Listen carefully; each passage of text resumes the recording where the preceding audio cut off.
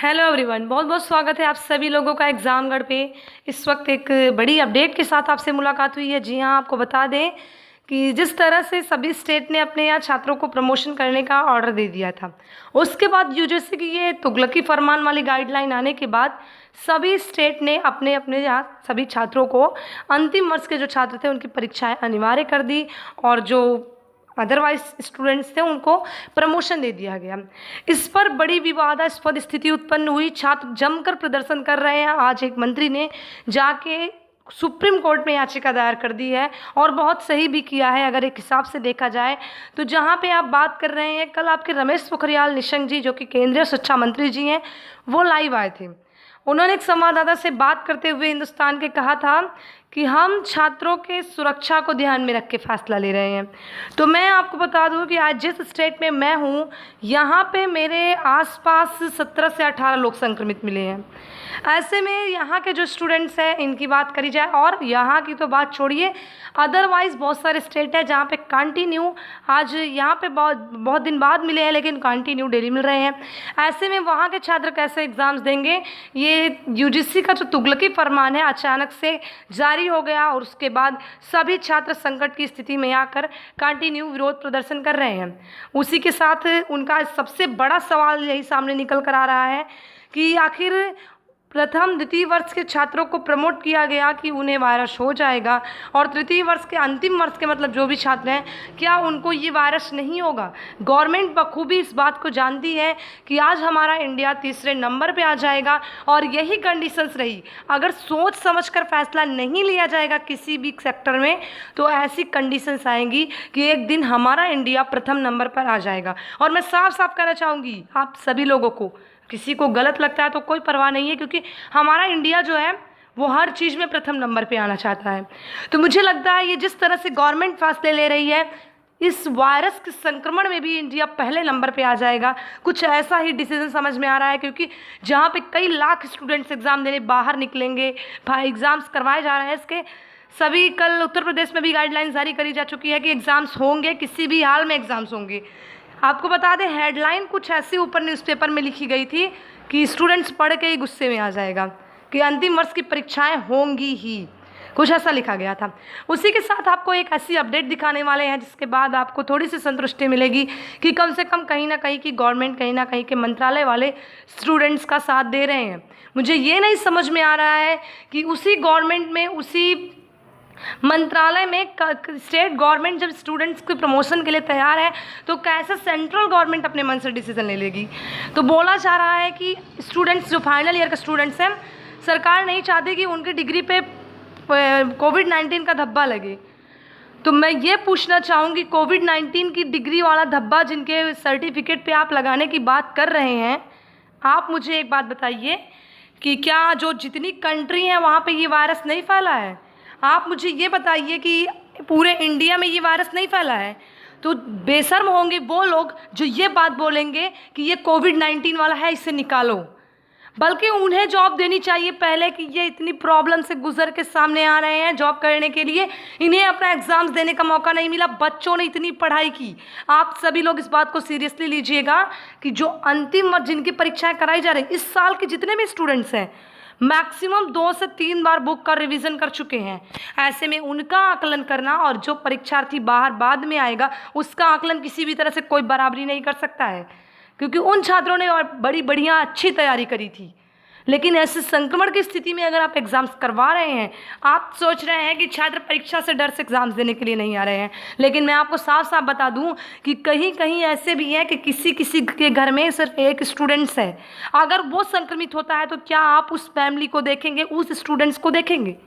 फिलहाल ये बात की बात है, कई वीडियोस में बोला जा चुका है, कई यूट्यूबर्स बोल चुके हैं, हर जगह ट्विटर पर, यहाँ तक कि रमेश पोखरियाल निशंक जी को भी ये वीडियोस मेरा टैग किया गया था। नेक्स्ट पिछला जो मेरा वीडियो था प्रीवियस वाला, उसको मैं, लेकिन किसी भी तरह का कोई प्रभाव ही नहीं पड़ा।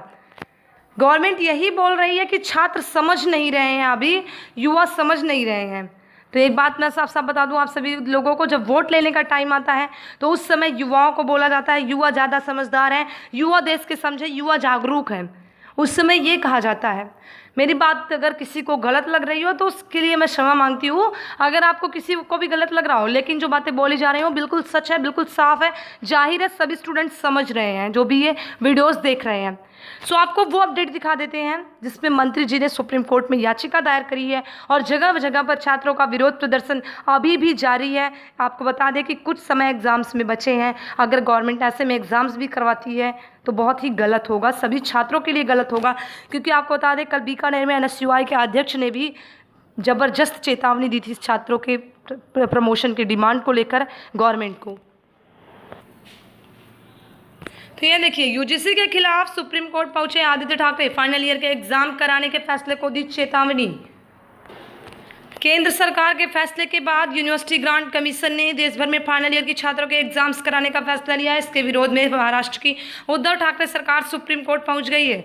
महाराष्ट्र के मंत्री आदित्य ठाकरे ने सुप्रीम कोर्ट के समक्ष एक याचिका दायर की जिसमें UGC के अंतिम वर्ष की परीक्षाओं के आयोजन के फैसले को चुनौती दी गई है। हालांकि कोर्ट ने अभी तक सुनवाई के लिए याचिका स्वीकार नहीं की है। फिलहाल आपको बता दें कि कोर्ट में भी याचिका पहले ही दायर हो चुकी है। 2 से 3 अगस्त को उसकी सुनवाई भी होने वाली है। अब किसके पक्ष में फैसला आता है वो तो देखने वाली बात होगी। फिलहाल हम सरकार से अब कुछ उम्मीद नहीं कर सकते, क्योंकि सरकार से एक भगवान की तरह प्रार्थना की सभी छात्रों ने, लेकिन कुछ भी हाथ नहीं लगा है। अब देखिए क्या डिसीज़न होता है। संक्रमण की स्थिति दिन या दिन बढ़ती चली जा रही है, दिन ब दिन देखा जा रहा है केसेस कंटिन्यू बढ़ रहे हैं। ऐसे में सभी के अंदर एक डर बना हुआ है कि अगर उसे छात्र को कुछ हो जाता है तो कौन जिम्मेदार होगा उसका। और ये देखिए, ये CCS से अपडेट मिली है हमें कि DN कॉलेज के गेट पर प्रदर्शन करते प्रगतिशील समाजवादी पार्टी लोहिया के सदस्य परीक्षाओं के विरोध में छात्रों ने किया प्रदर्शन। फाइनल ईयर की परीक्षाएं कराने के विरोध में प्रगतिशील समाजवादी पार्टी लोहिया ने DN कॉलेज के मुख्य द्वार पर UGC के आदेशों की प्रतियां जलाते हुए प्रदर्शन किया। संगठन ने फाइनल ईयर के पेपर नहीं होने का ऐलान किया है और जो भी स्टूडेंट्स थे यहाँ मौजूद थे उनके नाम दिए गए हैं। ये भी अपडेट मिल रही है हमें। आपको बता दें कि जैसे आज से 6 जुलाई को तकरीबन 9 बजे रात को जब से गाइडलाइन जारी हुई है, उससे पहले सभी छात्र खुशी खुशी इंतज़ार कर रहे थे, क्योंकि न्यूज़पेपर के फ्रंट पेज पे ही दिया गया था कि सभी की परीक्षा रद्द, सबको दिया गया प्रमोशन।